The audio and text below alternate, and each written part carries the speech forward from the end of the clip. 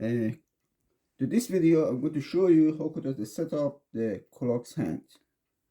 First, the small hand, over, I put it on the top with 2 fingers, very gentle, push it on. That is it. Nice and secure. After that, the minute, the long one, again same process, very gentle, push down, secure.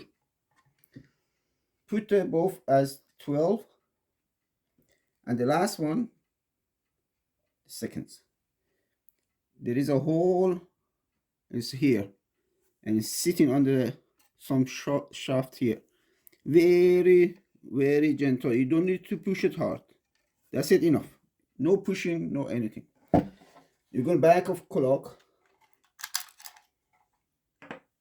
Set up the clock by this wheel anytime you want. You put on the time that you want, and after that you put the battery and the clock is working.